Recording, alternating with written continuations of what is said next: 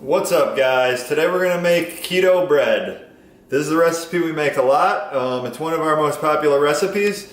We've gotten a lot of feedback on the recipe on our blog, so we figured we'd make a video to teach you guys how to make it, just walk you through the step-by-step process. One thing you're gonna wanna keep in mind is the almond flour we're using. We use a finely ground almond flour, and we've gotten feedback on if you use a more coarsely ground almond flour, the bread is not gonna be as, it won't rise as much, it won't be as much volume, it'll be more dense.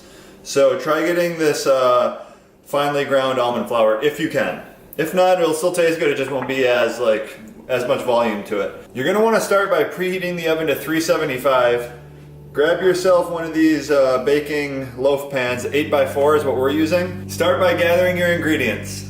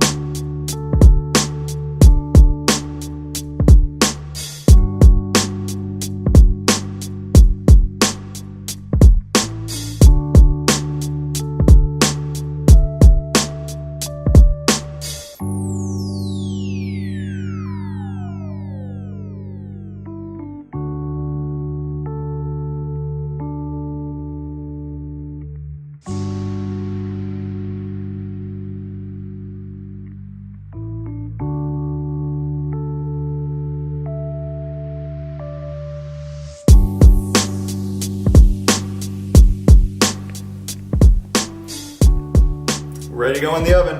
So you guys might have seen I added about 1/3 of the egg whites first and then 2/3 afterwards. What that does is it prevents the yolk and almond flour mixture from getting too clumpy. You kind of sacrifice a little bit of the egg whites, a little bit of the end fluffiness to get a more homogeneous mixture. 375, 30 minutes.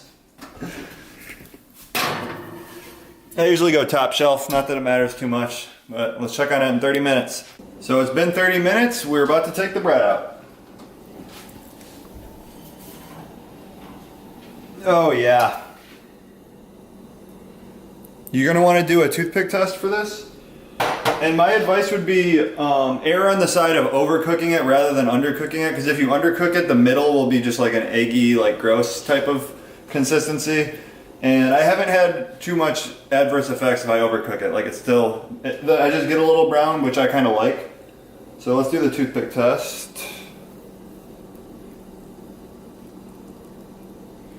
Yeah, we're good. So I'm gonna let this cool for about 20 minutes and then I'll slice a couple pieces so you guys can see what it looks like on the inside.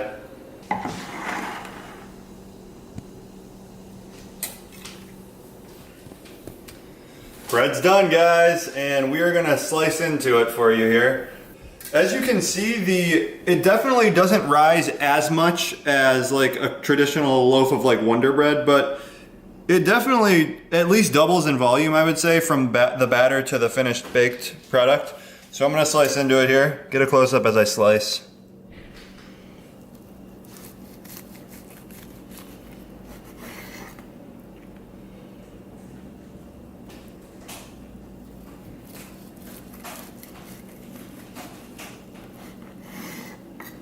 Oh yeah.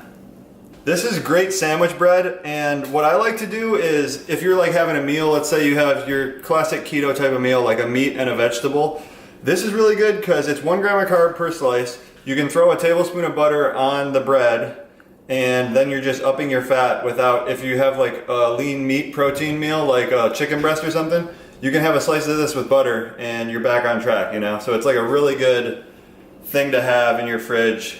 And yeah, also I refrigerate this normally. I haven't tried freezing it yet. We might try freezing a little bit of this and seeing how that works. But I store it in the fridge in a Ziploc bag, and it starts getting bad after maybe 10 days or so. Make yourself some keto bread, use it for sandwiches, toast, all the stuff you've been missing on a keto diet.